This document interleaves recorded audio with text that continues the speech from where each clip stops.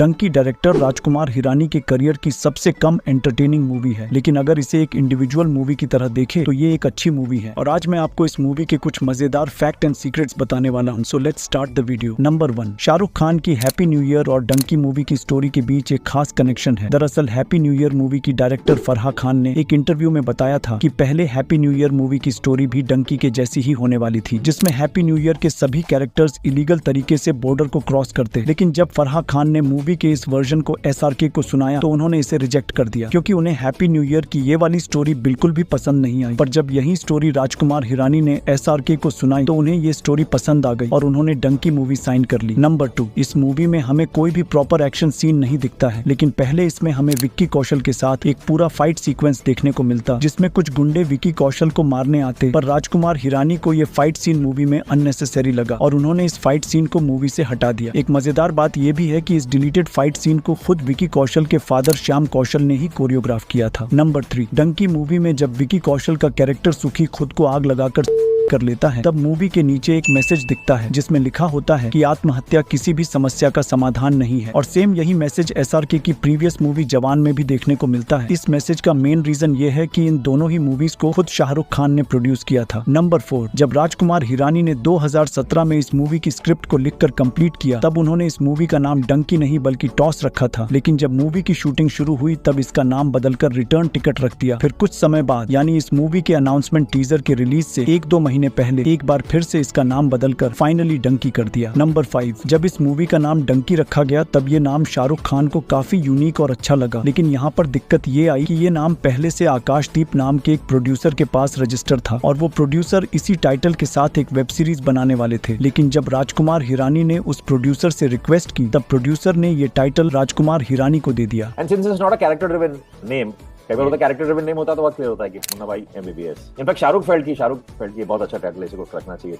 तो इनफैक्ट और टाइटल हमारे पास था भी नहीं, किसी और के पास ये टाइटल रजिस्टर्ड था। एक प्रोड्यूसर हैं Akashdeep, he was very kind enough to give it to us. He said, मैं सीरीज ट्राई कर रहा हूँ पर आप बना लो, मैं कुछ और रख लूंगा। नंबर 6, इस मूवी में जो जेल दिखाई जाती है तो ये इंग्लैंड की एक रियल जेल है और जब डंकी मूवी की शूटिंग इस जेल में चल रही थी तब इसमें सभी रियल कैदी भी मौजूद थे। लेकिन इस मूवी की शूटिंग कैदियों के लंच ब्रेक के टाइम की जा रही थी, इसलिए सभी कैदियों को जेल में ही किसी दूसरी जगह शिफ्ट कर दिया गया। जब मैं इंग्लिश फिल्म देखता था ना तो लगता था इनकी जेलें हमारे से अलग होती है। संजू में तो काफी हमने जेल वेल दिखा दी थी वैसी, तो मैंने कहा था कभी मौका लगे तो वहाँ की जेल में शूट करना चाहिए और वो सपना पूरा हो गया। कमाल का एस्पिरेशन है। नहीं मिला था, इसको लेके जेल में डाल देते हैं हम यार। और रियल जेल थी, वहाँ पे प्रिजनर्स भी थे, याद होगा आपको। तो लंच ब्रेक में वहाँ पे हमारा जो बेस टेबल टेनिस खेल रहे थे वो लोग, तो हमको शूटिंग रोकनी पड़ी थी थोड़ी देर की। उनको डिस्टर्ब नहीं कर सकते। डेंजरस वाले क्रिमिनल्स थे वो। हाँ, इजी क्रिमिनल्स। जो हमारा बेस वगैरह था वहाँ पे उस बिल्डिंग के ना देवर एक्चुअली देर, वो थोड़ी देर बाद ना खिड़की में से बाहर निकल के चिल्लाते थे। मेरे को पहले लगा फैन। नंबर 7, विक्की कौशल को सुखी के रोल में कास्ट करने की भी एक इंटरेस्टिंग स्टोरी है। दरअसल राजकुमार हिरानी इस रोल में किसी नए एक्टर को कास्ट करना चाहते थे, क्योंकि उन्हें लगा कि विकी उरी और ऊधम सिंह जैसी ब्लॉकबस्टर मूवीज देने के बाद सुखी जैसे छोटे कैरेक्टर के लिए फिट नहीं रहेंगे। लेकिन जब विक्की कौशल को अपने फादर के थ्रू इस बात का पता चला तो उन्होंने खुद ही राजकुमार हिरानी के ऑफिस जाकर इस रोल को मांग लिया। मैंने नहीं सोचा था, जैसे मैं नए लोग लेना चाहता था, जैसे ये 2 विक्रम और अनिल 2 नए कैरेक्टर थे। सुखी का रोल भी एक नया मैं ढूंढ रहा था, एक्टर की कोई नया मिल जाए। तो श्याम कौशल जी जो विकी के फादर वो एक्शन कर रहे हैं, एक्शन किया उन्होंने इस फिल्म का। तो एक दिन आए थे नरेशन सुनने ऑफिस में, फिर उन्होंने नरेशन सुना और फिर ऐसी बात ही कौन सा रोल कर रहा है, तो मैंने बताया ये कर रहे हैं, अभी इसका सुखी ढूंढ रहा हूँ मैं। तो मैंने कहा एक्चुअली विकी होता ना तो बड़ा अच्छा करता, पर मैं विकी को पूछूंगा नहीं।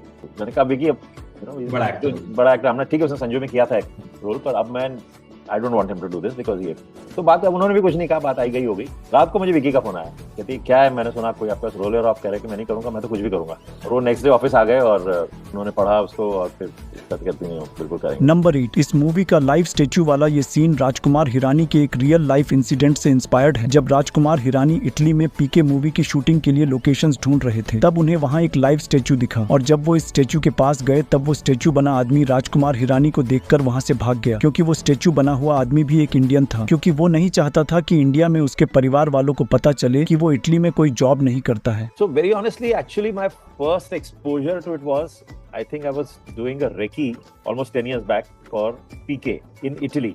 We were supposed to shoot there in Italy and my whole crew was with me. And I saw one guy on the street in the town square standing like dressed up like a Statue of Liberty, and standing there, and I was there for 4 hours on that location. And every time I would go to him, yeah, how can they remain so steady like this without moving for 4 hours?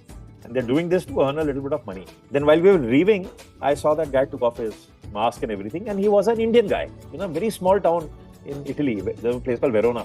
तो वहाँ पे उसने mask पहना, ये मैंने कहा ये Punjabi looking बंदा ये यहाँ क्या कर रहा है? So I reached out to him, and when I tried to speak to him, he kind of backed off. He didn't reply to me, turned off, and वो एक तरह से भाग गया. तो मुझे समझ नहीं आया. मैंने कहा यार ये इंडियन बंदा यहाँ वेरोना में स्टैचू बन के खड़ा है और बात नहीं की उसने. बात क्या है? फिर किसी ने बताया कि यहाँ पे ये सब इलीगल माइग्रेंट्स हैं जो कभी किसी रेस्टोरेंट में काम करते हैं, कुछ करते हैं और वीकेंड्स पे आके यहाँ पे इस किस्म का काम करते हैं और बहुत सारे लोग हैं. नंबर 9, इस मूवी में हमें दिखाया जाता है कि सभी characters English speaking classes join करते हैं क्योंकि वीजा पाने के लिए इंग्लिश आना जरूरी होता है और सेम ऐसा ही रियलिटी में होता है. लेकिन हैरानी की बात तो ये है कि राजकुमार हिरानी ने भी इन इंग्लिश स्पीकिंग क्लासेस को अटेंड किया था ताकि वो डंकी मूवी के कॉन्सेप्ट को पूरी तरह से एक्सप्लोर करके इस मूवी की स्क्रिप्ट को और भी ज्यादा परफेक्टली लिख पाए. तो वीजा का रिक्वायरमेंट होता है कि आपको ये इंग्लिश स्पीकिंग टेस्ट पास करना है. अगर वो आपने पास कर दिया और आपका एडमिशन लेटर है, then you are qualified to go. तो ये सारे लोग वहाँ बेचारे इंग्लिश सीखते हैं, यानी लाखों तो नहीं कहूँगा, हजारों की तादाद में इंग्लिश स्पीकिंग कोर्सेज चल रहे हैं वहाँ पे. मैंने वो क्लासेस भी अटेंड की कई बार. मैं मास्क लगा के चला जाता था, कोविड का वक्त था.